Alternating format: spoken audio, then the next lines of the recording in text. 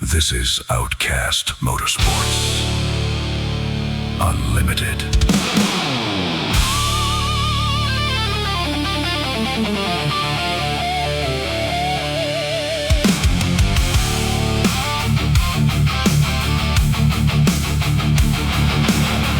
With your host, Michael McKinnon.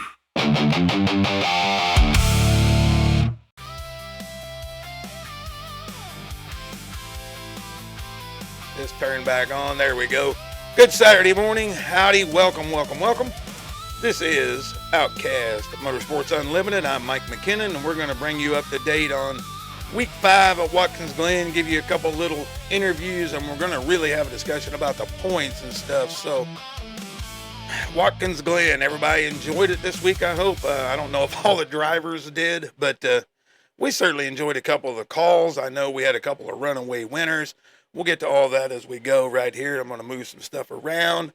Like I said, one-man show, right? Got to look down, got to do our thing. Remember, comment, do some questions, and I'll start trying to use questions, and you could win a 1-month subscription right here to the Outcast Motorsports Network. So, without further ado, we're going to get into it. Monday night, we started off with the next gens, and we had a pretty good race there for a long time. We had guys had to go to the back. You know, your points leaders, they go to the back.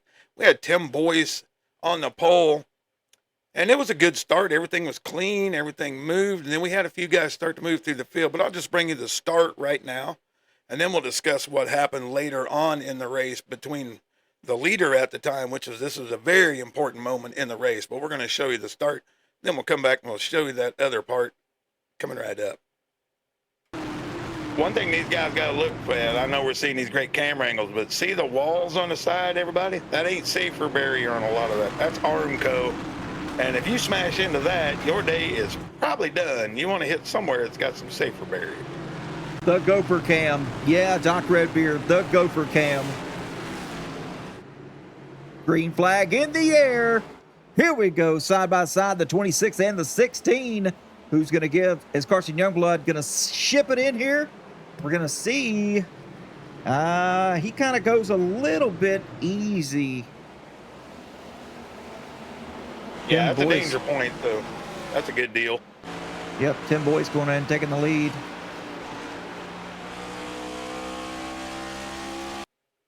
Okay, so good start. Got off to a good start. We saw Tim as the race went on. He kind of started to fade a little bit. Tires got him a couple little slides here and there. We saw Brian Zemer be real strong. And then as it progressed, we started to see a few of those guys with the EOLs in the back. Eric Johnson was making his way forward pretty good. Jacob Ainsworth was making his way forward. But the man of the moment was once again Dalton Hall, right? I mean, he won the last 2 races. He rolled right up into the lead of this. Now, as we're coming down, I'm not exactly sure how many laps it was, but everyone had pitted, and this was the final stop. Could he beat Eric Johnson out of the pits? That was the name of the game right there. Could he get in his pit stall and beat him out of the pits? And then we're going to see what happened because of that. And then he may got a little commentator curse. I'm not sure, but here we go. Can he beat him out of the pits? That's the number one question. Johnson's going to move up to 10th place. Well, no, he's not. Oh, he made it. He made it out. Dalton Hall stayed out ahead of Eric Johnson. That is a huge deal right there. You may think, oh, he's only 0.2 ahead of Johnson. Yeah, but he's got way fresher tires. And, Johnson's running 151 flats. So, he's not sleeping on it. No, and a couple braking zones here. He'll have his opportunity as these tires got to get up to temperature. Yeah. We'll see how Dalton negotiates these cold tires, but Johnson will have an opportunity, I believe, in one of these 2 or 3 corners coming up. Well, there goes Dalton Hall. And there you go. That's what we're talking about right there. Dalton Hall with the cold tires. That could end his night. He's got toe damage on the right front. And there you go. Little commentator curse, little cold tires, and Dalton Hall's night was pretty much done right there. That let Eric Johnson pretty much get out to. It was around 7-8 seconds most of the run, and he was able to cruise home, take the win. Had I believe it was Ainsworth came in there. I'll show you the results here, but it was a really good race. These cars are super hard to drive. these guys did a real good job in negotiating it. So what we'll do here, we'll pull up the results. I could show you tons of highlights, but it's a lot of one car running. We're showing the battles of what we could do. So here's the results from your Monday night's next gen. There you see, you got Eric Johnson first and Jacob Ainsworth second. Brian Zemer had a strong run all night long, and then the hard charger, Steve Giberson. Cole Peterson set the fastest lap. He had a little bit of an incident toward the end right there. He was running third, almost through the podium, come through the boot, a little overpower, spun it just a little bit, not able to make it back up, and that let Zemer take the podium. Now, what that's going to do, that's going to end our analysis, right, of all that stuff. So what we're going to do now is we're going to look at the standings. Then we're going to talk about the points a little bit. There's only 3 races left, right? So right now we got the points right here. See Eric Johnson, he's leading. Ainsworth second, all the way down to 14th with 53 points out. Now the cutoff line is 10th. So Drew Calvert, Carson Youngblood, they're tied on the cutoff. They're both safe. John Kelly's only 3 points out, and he's not made as many starts as a lot of guys. So this is what I want to talk about. There's your points. Now we're going to see the schedule here, what we've got coming up, and what we think could possibly be, right? So, all right, here's your schedule. We're going to go to Richmond, and then, my God, we're going to go to Darlington. You know that place can bite you. And then Echo Park, the way they've set this schedule up, this is quite a situation. Echo Park at Atlanta, that's not the old Atlanta. That is the fast drafting, anything can happen type of deal, right? So these guys on the outside looking in, they're going to need a good finish at Richmond to feel a little better if they can climb the way. But if you got 5, 6, 7 guys in front, you're going to have trouble making your way up through there. So here's what we've got. I'm showing you kind of the guys I think's in contention to make the bottom end of the playoffs here. So from 8th, 9th, 10th on down, as I said, Youngblood is the cutoff line right there. 44 points back that's the cut line right now. But you see, all the way down to David Vodka, that's only 16 points. Now that can be made up in one race, of course, if all these other guys get trouble. But these guys on the outside looking in, they're starting to, they got to make their move. Cale Peterson, he's got to hold serve. John Kelly has to hold serve. Robert Hamilton, all these guys, it doesn't look like much. It's 9 points. But in a field of 30 guys that you know who the strong guys are, who the weak guys are, you got to find a way to get yourself into that group of fast guys to try to pick off a few of these positions. Otherwise, that's going to be major league trouble for a few of these guys. So this is what it is right here. So as long as they can do that, I think, a couple of these guys got a great chance. Right now, I would say the top 10 looking fairly safe, but we got short track, and then we've got 2 crazy tracks coming. So do not go away from what what's coming with everybody. So that's it. So there you see it. A lot of close battles for these points. So as I said, short track racing, your number one priority this week is finish and finish well. You get knocked out early in these races, and your possibilities are going to go away. Now, as we know, Kelly, he's got to win, but I don't know if he's made enough starts yet. We have to make sure he makes enough starts to qualify, so we just have to see. But it's going to be awesome to watch. I know this week's going to be awesome, and then, of course, Darlington is always a wild card, because if you show up at that place and the weather's hot, oh, my God, you're just holding on for dear life. So that'll bring us up to the trucks now. The truck race, I had a hard time looking up highlights. I did find a couple, but you will see at the start of this, there's a nice little red truck. He takes off, and that's about the last time we saw him. It was a dominating performance out of Ian Montrose. So we'll take you to the start of that. Then I'll show you a real pivotal battle that was right up in the second, third positions, and made it a real fun call for us, but we'll see what happens with it. So here we go. Tuesday night, trucks. I hope I've got everything set. I tried to get a little higher quality on this stuff. Should look better for y'all. So here we go. Here's your truck start. How's it going on, Mike? What about it? I said the only thing killing us was that little delay. In microseconds, but it's a little. I'm definitely gonna have to go back and listen to it and just determine exactly how bad it was. But anyway, Eric Johnson, do not forget that it is Lova Jackson's birthday. All right, so here we go to the green flag. The flagman's got the flag in his hand. I'm going to lead you the way here. Side by side, it's going to be Calvert and Montrose as they're getting down into the braking zone of turn number 1. And here they come. Yo, yo, yo, yo, yo, yo, yo, yo. And up through the S's. Montrose going ahead and leading the way here. He's got a 7/10 lead over Calvert right now. And there you go. That's about the last time anybody in the group saw Montrose. He started to drive away. And once again, the people with the EOLs, we saw Brandon Brock. He started moving forward. Eric Johnson was moving forward again. Several guys moving around. But the main thing, as the race wore on, we kept seeing this battle around second, third position. And it was Jacob Ainsworth and Drew Calvert, and they were going at it. Calvert would pit, fall back a little bit, drive him down, but it could never quite make the pass on him. So what we're going to watch next is this little battle. This is like 2 or 3 laps to go. This is for second place.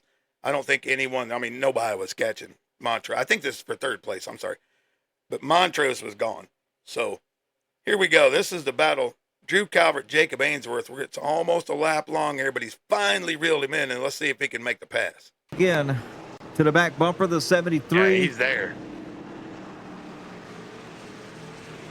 Calvert. Get the run. Calvert won't risk wrecking him, though.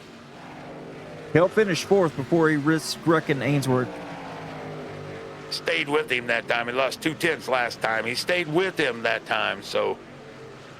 Well, here we go. It's going to determine turn 1 right here. Oh, yeah. Drew Calvert with a fantastic exit here in 1. But what will he do here with it? He kind of loses a little bit going up through the S's, but now he's to the draft. Does he look to the inside of Ainsworth? Can he get there? Ainsworth's so good putting the power down. I've said it over and over. Oh, this lap traffic. Uh-oh.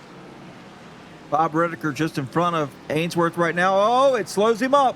That's going to put the 43 to the 74. Oh. He backed out. I told you, he did. backed out. He will not risk. Oh, here goes Drew Calvert in the wall.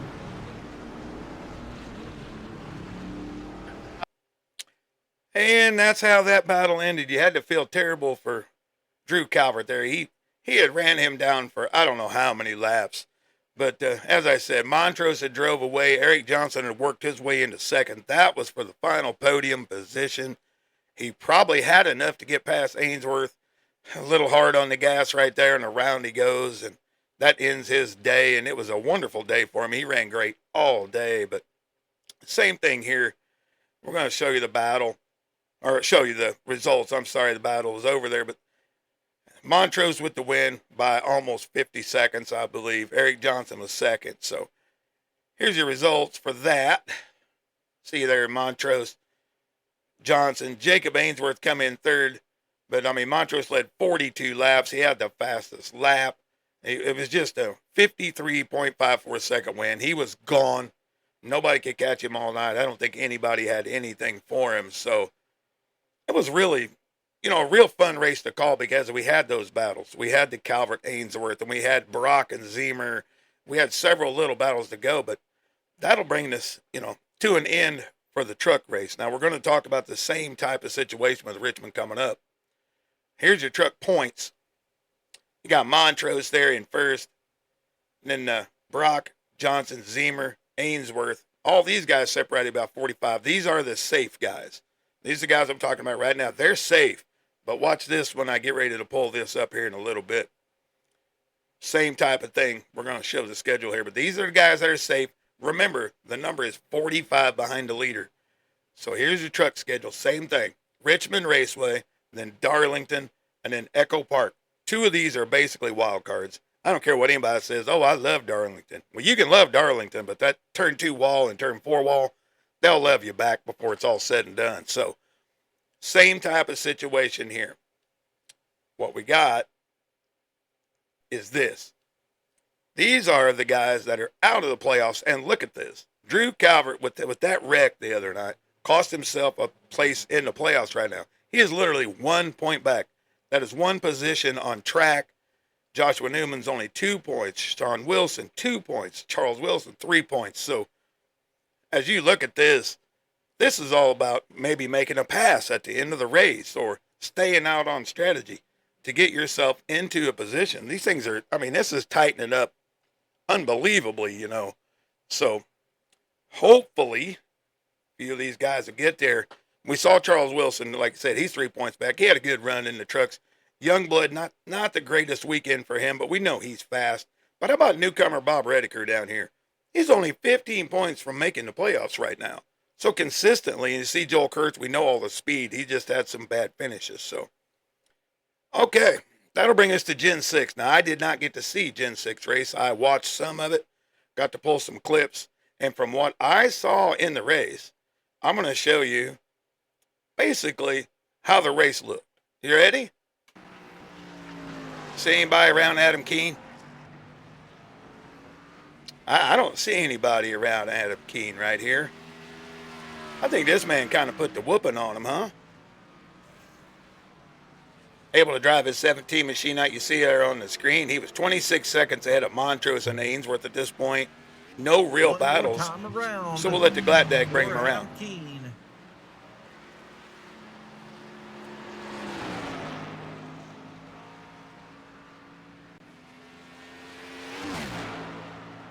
Let the Gladdag show off the cameras. Second gap between him and the 10 of Ian Montrose. But that right there, folks, that is basically what that race looked like from what I could tell. I tried to find some battles. They kind of got spread out, and it just ended up with Adam Keene in the 17. He's been on this program once before. We appreciate him. Good to see a friend of the show. He takes the win in a pretty dominating fashion. As I said, 26 seconds ahead of Montrose and had just driven away. So I'm bringing these results before we get into interviews and some stuff like that. So here's your Gen 6 results. You had Adam Keene winning, Ian Montrose second, Jacob Ainsworth third. Jacob Ainsworth had a really strong week. I think he podiumed every time, if I'm not mistaken. So he had the fastest lap of the Gen 6 race. So great weekend for him. He's probably wishing we could go Sonoma, Lime Rock. I know all the guys would love to do something like that, huh? Lime Rock? Anybody in the chat want to do some Lime Rock? That'd be fun with the next gen. I'd like to see that. So here's your points for your Gen 6 cars. You got Brandon Brock up front right now, 6 points ahead of Eric Johnson, 7 points ahead of Kyle Franklin, and 16 points ahead of Adam Keene. Now this whole situation here is a little bit different. I really didn't have to bring up a battle screen for the playoff positioning. I believe 11th right now is 11 points out. They're going to have a lot of making up to do. These are the guys that you want to concentrate on over the next few weeks, and then we'll just wait and see who can move in a little bit on these guys. So here we go, same schedule. You'll see the same thing right here. Richmond, Darlington, Echo Park. And as I said, I can't reiterate enough how Echo Park is a complete wild card. You could go in there and you could lose 35 points in a big, big hurry. Just, one accident in the beginning and you're gone. So that is how that is tightening up. So that'll bring us to the conclusion of our Watkins Glen section. I think a lot of guys were probably happy it was over, but some guys I'm sure loved it. I like running them. I don't know if I like running certain cars there, but road courses are fun if you embrace it. If you're already in an upset mood when you show up, you're not going to run well. You have no chance. But we got to see who a little bit of the road course ringers are. Now, before we go farther, Outcast Motorsports Network is starting to grow. It's really starting to build and build and build.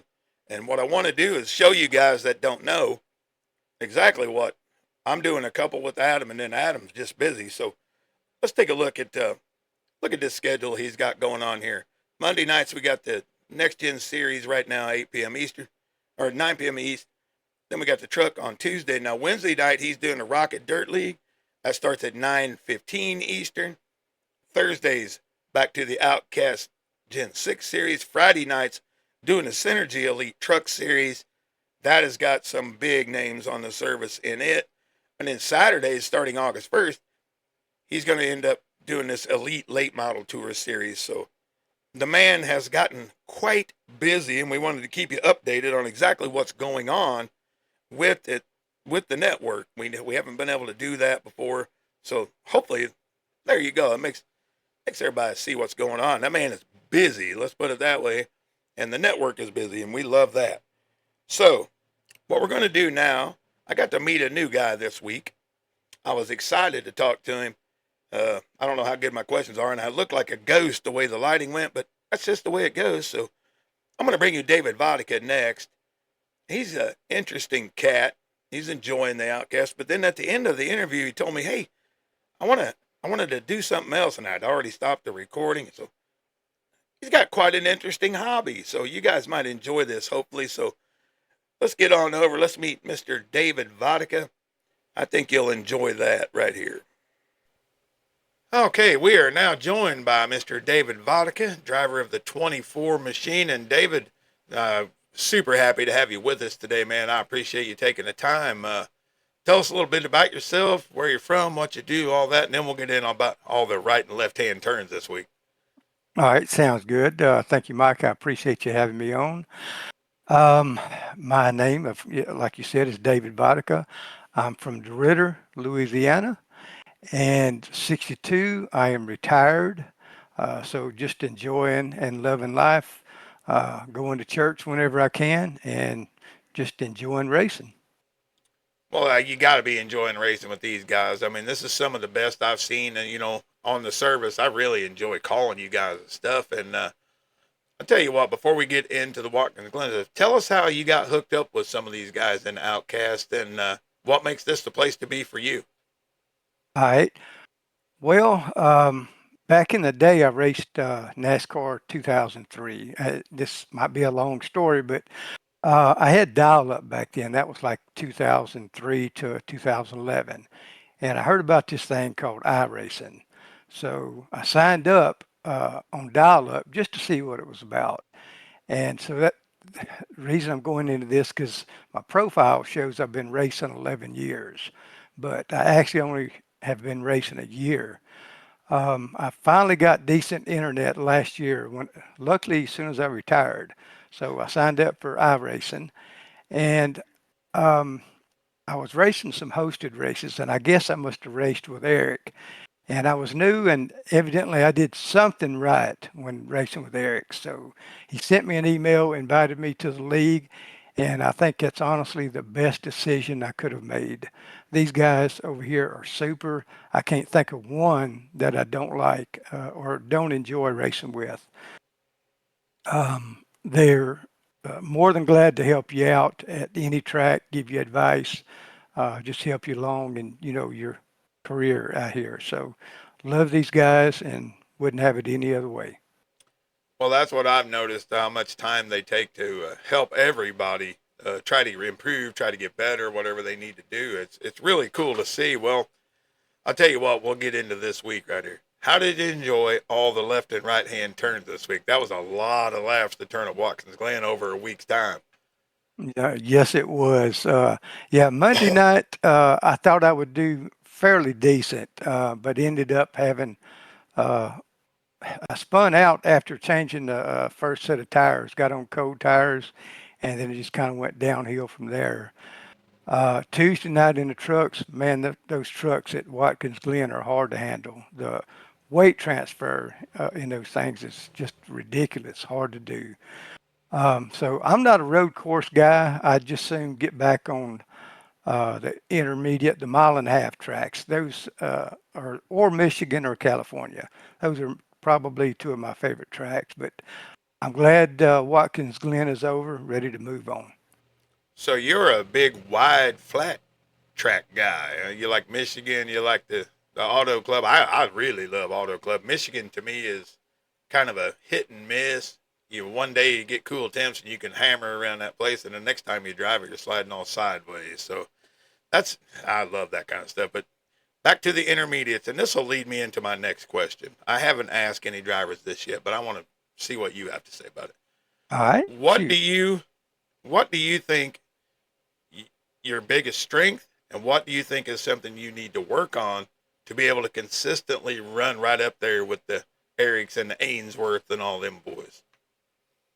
Well, I guess I'll start off with what I need to improve on. I guess just more seat time, more track time. I've been racing iRacing now for about a year, and these guys are tough. They run hard, but they give you plenty of room to run, your line and run hard. But to improve, I would just say more seat time. And I do need to get better at saving my tires. I know that. I can set That's some me. pretty fast laps. A lot of times I'll qualify up towards the front, but then I fall back because I burn my tires up. So I do need to get better at that. I guess one of my strengths is I can run a fast lap when I need to, as long as it's in a short distance. So if we've got 20 to go and have a caution and I can come in and get tires, then I might be able to hang with those guys for a while. But if it goes long, I might be in a little trouble because of my tires. Well, that kind of surprised me. You say you've only been on for a year, and I mean, compared to the NASCAR game, which I think we all have done. I'm 54. You say you're 62. We've all ran through the NASCAR games. It didn't matter if we Yep. had the Walmart Ferrari wheel back in the day or whatever we did, but completely different situation, right? With the iRacing, the aero packages, the stuff you can actually feel. It's incredibly different. So, my next question will be this: you've showed us really consistent racing. You're really consistent guy all the time. You say you're a strategy guy. I'm kind of the same way. See, I'm always been able to do the hero lap. I can just never do the 20 laps I need to do. Yeah. So that's it. So again, I appreciate you joining. Now, if you were going to recruit somebody to Outcast, I've asked everybody this question. What would you tell them about the group that would make it right for them to come in? Well, I'd start off saying, I guess, that if they want to come to a group that has lots of green flag races, a lot of green flag runs, and to run with people that are willing to give you advice, um, to show you what they know, even if you get as good as they are, that doesn't matter. They want everybody here to improve and to have a good time. So I think that's the biggest strength of the Outcast guys, is they're here to help everybody else improve. That's a good sales pitch because that's what I have seen so far. So in closing, and we're going to Richmond this week, right? I'm going to do a little tutorial on that. That's probably my best track on the whole surface. But what are you looking forward to going to that short track? You know, it's wide. We can have some fun racing. But once again, you're talking about saving your tires, and that place will chew them up. But what a fun track to go to. Yep. Yeah, I like short tracks. Richmond is not one of my better short tracks. I do love Martinsville, but as far as Richmond, I think I'll probably hang in the back and try to save my tires. Um, Kind of play off of what the other guys do as far as pitting, and try to hang with the top guys at the end there. Well, that sounds like game plan. Like I said, I'm going to go in and do some tutorials for it. It's such a fun track. But David, I appreciate you joining. I know it's taken out of everybody's day. I try not to keep anybody long. Don't be out in the heat hauling too much hay today, my friend. You said you're No. retired. Stay out of that sunshine if you can. So, Yep. in closing, once again, David, thank you for coming. I know we're going to try to get a couple more guys in today, but I can't thank you enough. And it's been fun to watch you guys, learn all of you guys, and I appreciate the time. All right, Mike. Well, I do appreciate you having me on, and appreciate you calling there. The races, y'all do a great job in the booth. Well, I appreciate that, buddy. And there it is, everybody. Mr. David Vodka, driver of the 24. You'll be able to see him all this week at Richmond. We'll see him Monday and Tuesday for sure. And I'm pretty sure he'll probably run Thursday too. So we'll see you Yes, then, sir. David. All right. Thank you, Mike. Have Thank a good you. day. Yes, sir. All right. So there's Mr. Vodka. And that, you've got to love these guys. They've been racing other services, doing this, doing that. And then they come in and they learn all about iRacing. But here is something I bet you didn't know about David. Once the interview was over, he's like, oh, man, I wanted to bring this up. And excuse me for a second. And I was like, okay, well, just let me see what you do. This is David's hobby. Now, you tell me, how many of y'all would do? Because I wouldn't be doing any of this stuff. No, I'm sorry, I just wouldn't. But here you go. This is what David does in his free time. Yeah, that's a blast, Mike. If you ever get a chance to go up in one with somebody, it is a blast.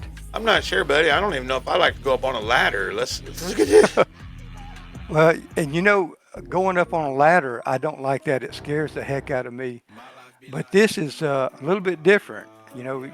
I'm in control here when I fly. Yeah, maybe that's what it is. Because I don't like to go too high on amusement park games. So I don't trust the dang bolts, right? But you get to control what you're doing. Right. Yeah. And like roller coasters, you won't get me in one of those. Nah, I like those. Like when I was at work, I worked at on the second story, and I'd have to go outside and pull up rope mail. And looking over the edge when I was pulling up that rope mail, I'd get queasy at my stomach. But doing this for me, is completely different. What's your ceiling on one of these things? About 1,000, 1,500? Well, no, the record is actually 18,000. Oh my God. That might be a little chilly up there or something like that. Yes. Yeah, but they had oxygen when they did that. But my record for me is 6,600 feet. My goodness. Yeah, that's very cool. Yeah, that was very high. And the cool thing about this is you can fly ground level. You can fly 1 foot off the ground all the way up to, if you're in the right airspace, 10,000 feet. So it's pretty cool. Yeah, that's very cool. Yeah, most of the time I fly between 500 and 1,500 feet off the ground. 500 to 1,500 feet, that's no big deal. We just cruise along, but I'm going to swap screens here for a second. But how about that? I mean, that is one of the coolest little things I've ever seen. The man's up high, 6,600 feet with a parachute, right? I mean, that's crazy to me. I don't even know what to say about it. I just know that if I was to fly it, I'd probably be able to fly it, no problem. But then, What's wrong, okay? When I came down.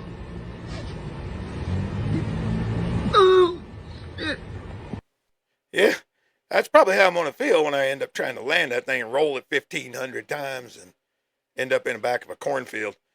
Oh, my God. But shout out to David.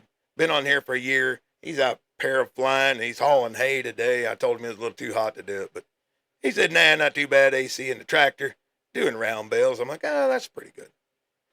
Okay, so now we're going to move on to Richmond this week. As we said, I always do a little tutorial. Guys can make fun of me on the lines I choose. I don't care. I'm going to look in the chat right now. They'll be making fun of my line probably, but I'm going to take you inside the truck at Richmond, make a couple laps, kind of some reference points that I like.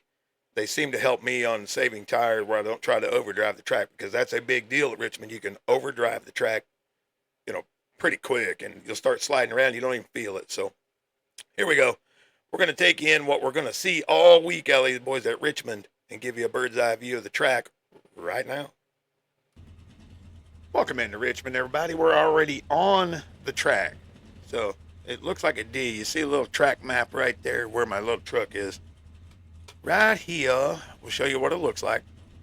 Now what we're going to do is I got cold tires. I want to show you what some guys will go through in qualifying, and then we'll show you the marks we want to use, okay? So we're going to come off pit road here. I need to move my brake bias a little bit to the front. I got way too much brake right now. So here we go. We're going to do a Q lap. I'm going to take it up here. I'm going to let off. Let it roll this top. Try to get as much runoff as possible. So here we go. I like to let off early, roll it down into the corner.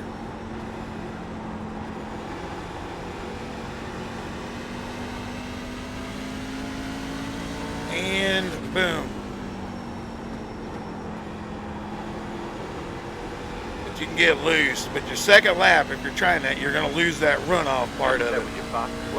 So here we go. We'll go in a little deeper and see what happens. Well, we're sliding, see. That's the thing about letting off early. We're not able to hold our marks. But this will be your Q effort. That white line right there, we're going to talk about that. Okay. So that would have been your qualifying effort. That was a 22.6. Not very good. Just messing around here. I got the microphone in my face. As you're coming down the front stretch, as you come out of 3 and 4, these marks on the side, the little NASCAR marks, you can let off as far as 2 back right here and let it roll into the corner. I like to let off about right here on this black mark and let it roll down. Now, if you're up as high as I am, you're going to get dive bombed down here. But if you have room, you want to take this arc right here. All right, that's the way I like to run it anyway. And then we're going to come, of course, out of the corner in here. And I want to show you this. There's this little white line right there.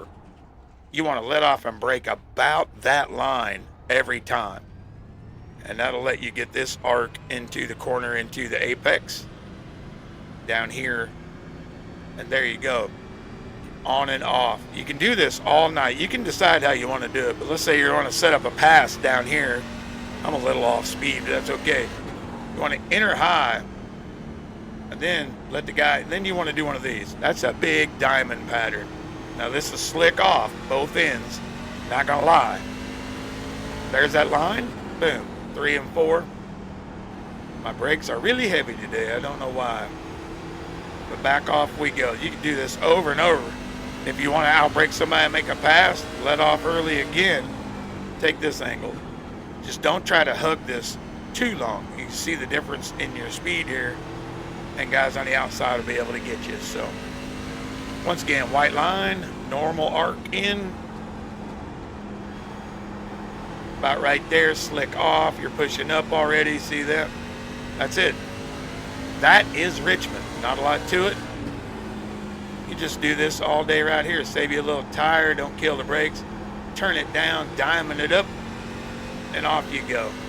We're not trying to break any land speed record. Dive bomb. And then this is where we don't talk about. Right here, quick entry into the pit road, 40 miles an hour. You guys all enjoy the show. Hopefully you'll have a good time. My fast lap 22.16 on this set. Right now it's a temps up, so it is what it is. You guys have fun this week. We're going to. We'll catch you later. Bye-bye. I'll say, so quick and simple. It's not the most technical track. It's not. It takes throttle control and it takes brake control. And I mean, if you want to overdrive it and try to make dive bombs and all that, go ahead. But 5 laps later, you are going to be in trouble because it'll start to eat the tires off. But we're going to see that in all 3 of the series this week. You'll see wide arcs cut it down to a diamond. You'll see a wide arc carry it out to the wall. It's a fun track as long as it's got some grip. Because if the temps are up, man, it's a bear to drive. It is an absolute bear to drive. But it's going to be fun. As I said, we're going to see that Monday night, Tuesday night, Thursday night. And all them points battles we talked about before. This is going to help determine some of that because it doesn't look hard. It really doesn't. But if you get too much rear bias or you get a little bit of wheel, anything, you can get a track blocker in 1 and 2 pretty fast. They'll throw you right to that inside wall and you are done. So what we want to do now, I see we're got our time running pretty good.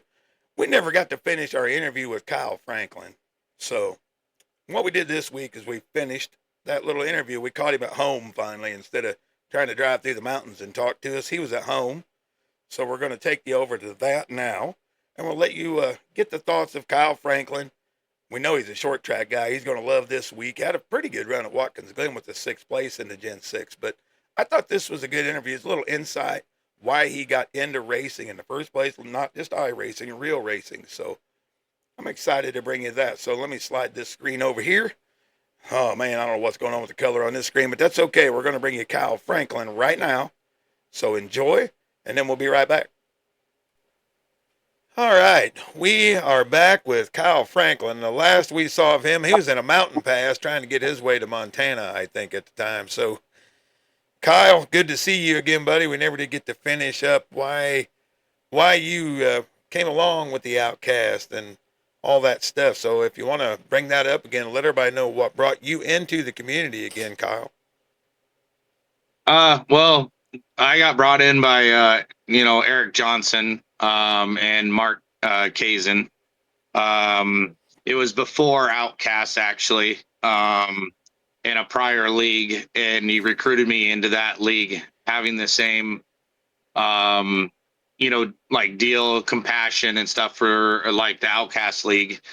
And I just kind of followed him over to the Outcast, because I just knew it was going to be a really good league, and what we're trying to accomplish here, as an Outcast family,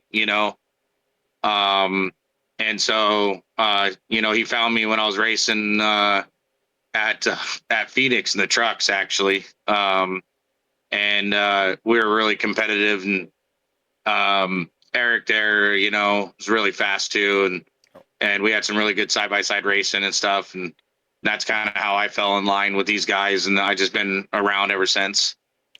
Well, let me ask a question I haven't asked a whole lot of people. I know you race in real life. What brought you the love of racing? What kind of got it in your blood? Was this a family type of situation, or just something you fell into and just fell in love with? Uh, so I'm a third generation racer. So my grandpa raced, and then my dad raced, and then now I'm racing. So and it's all been, short track pavement princess is what I call myself. I don't do any kind of dirt or anything like that. I've been meaning to try a little bit of dirt, but just haven't had the chance. But yeah, so I just grew up around short tracks around the Pacific Northwest, and we had quite a few when I was really young. And my dad was racing, so I was following him around to different tracks and stuff. And my whole family, my dad's side of the family, his brother raced.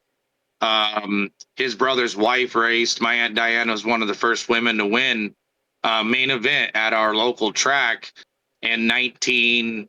I think she won in 1978 or something like that, and was posted as the first woman winning a main event.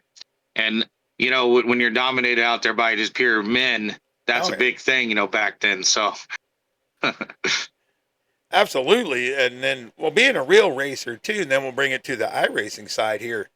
Can you tell us how iRacing, or, well, let's put how the real racing can translate to an actual simulator to show the realism of it? Or is it something that, I understand you don't get the heat or the G forces and stuff, but what can you feel on the sim that you can feel in a real race car?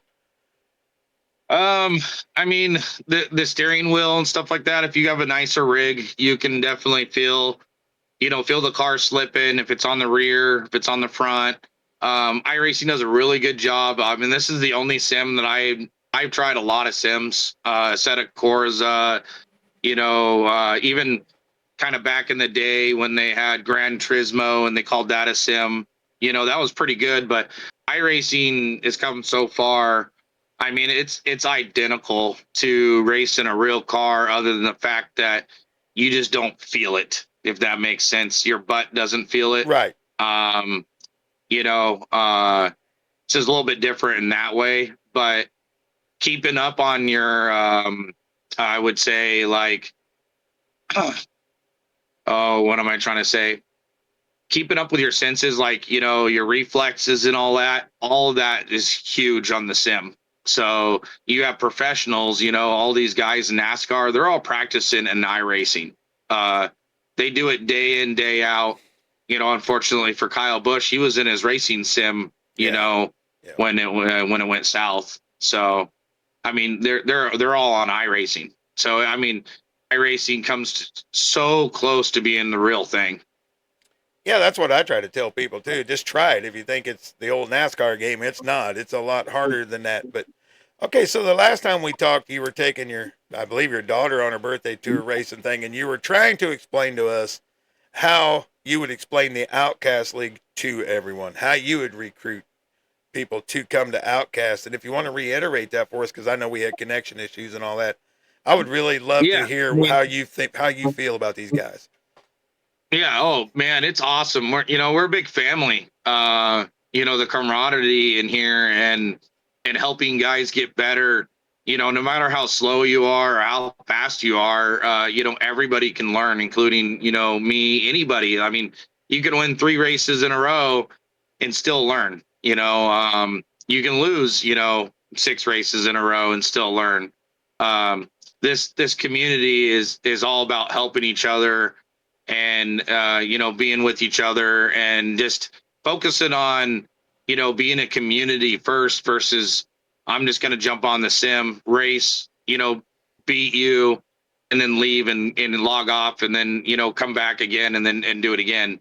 No, we're here day in day out, hosting races, practicing. I'm trying to help as many guys that want help. That's the biggest thing too, is like all you have to do is ask. That's what I tell everybody. That I said, never fear to ask anybody in this league for help, because everybody's going to be helpful in their own way. Absolutely. And then I mean, I took you right out of a situation right there where you were helping people to do this for me, and I appreciate it so much. So I'll transition real quick. Did you get to run Watkins Glen yesterday? I did not get to see the race. I didn't get to call it. Did you get to run it? So yeah, I ran it. It went really well for me. I wasn't really prepared for Watkins Glen as much as I should have been. I didn't get a lot of practice in with life and stuff, and so I finished P6 there. But I also got EOL'd, so I started all the way in the back with Right. Eric Johnson and Brandon Brock. So I mean, that's a win. Top 10, and some really fast drivers there, where you got to have some pit strategy helped a lot. And then just having this consistent pace. Right, and then now we're getting right down to it. A few races left before the playoffs. We got Richmond coming up. What do you expect at the short track this week? Oh, short track shit to happen. I mean, stuff to happen. Sorry, It's all my right. bad. Yeah, it's short track racing. That's my game. That's my jam. Yeah, I think you already know about that, Yeah. from some of the guys and stuff talking. That's kind of my strong suit. So I'm really excited about Richmond. I can only run the one car class right now because of work. So I'm in the Gen 6s. And then, just hoping to do really well there and finish the race. Yeah, I'm very much looking forward to it, and I don't want to take up any more of your time. I appreciate it. We just never got to finish this the first time, and you've been very candid, and I appreciate it. I'll let you get back into the session there. I know you were helping some folks out, trying to get yourself all situated out as well. So, Kyle, thank you very much. It's really great to see all you guys. I got you and David Vodka is going to be on this week, so this has been fantastic. I appreciate the time, my friend, and we'll catch you down the road later. Yeah, definitely. Thank you for having me. And there you go, Mr. Kyle Franklin. We appreciate everybody that comes on. And while I see all you boys out in the chat right now, it's all the guys in the group out there. And I'm going to give you a few minutes right before the end here. Tell me who you want to hear next week. I want to know who you guys are interested in meeting. I think David Vodka, I got to turn sideways over here. I think David Vodka was a breath of fresh air. I mean, who else is out there running their paraglider things or whatever you want to call them? I mean, I'm not going to be doing that. It's just no way. This is about as exciting as I want to get. But all right. So before the end, make sure you guys comment, tell me who you want to see, or ask a dumbass question. I told you. What happened to your teeth, Mike? What the hell's that on your nose? I don't care. We'll answer the questions. And if it's someone from, no, not within the group, we'll give you a 1-month subscription if we use it on the podcast next week. So before we close, I want to go right back to this thing. Richmond coming up. And we're going to go back here and look again at these points right here. This is your next gen. The cutoff line is Carson Youngblood. All these guys below have to have a good race. They absolutely. So you watch for these guys right here, Vodka all the way up to John Kelly. They have to have a good race. There's no question they have to, or they're going to be in trouble. So then we're going to look at this. Look at this truck situation. These are the guys out of the playoffs. 1 point, 2 point, 2 points, 3 points. It's tremendous work out of these boys.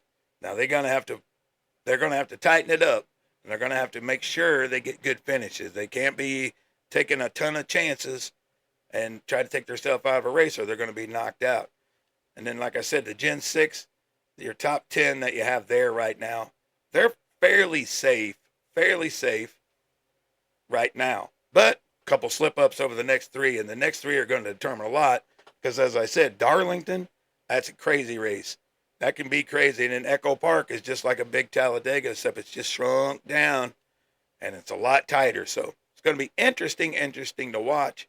I can't wait to see it. It's going to be fun. There's nobody out here telling me who they want to see. I see right there. Let me see. Okay.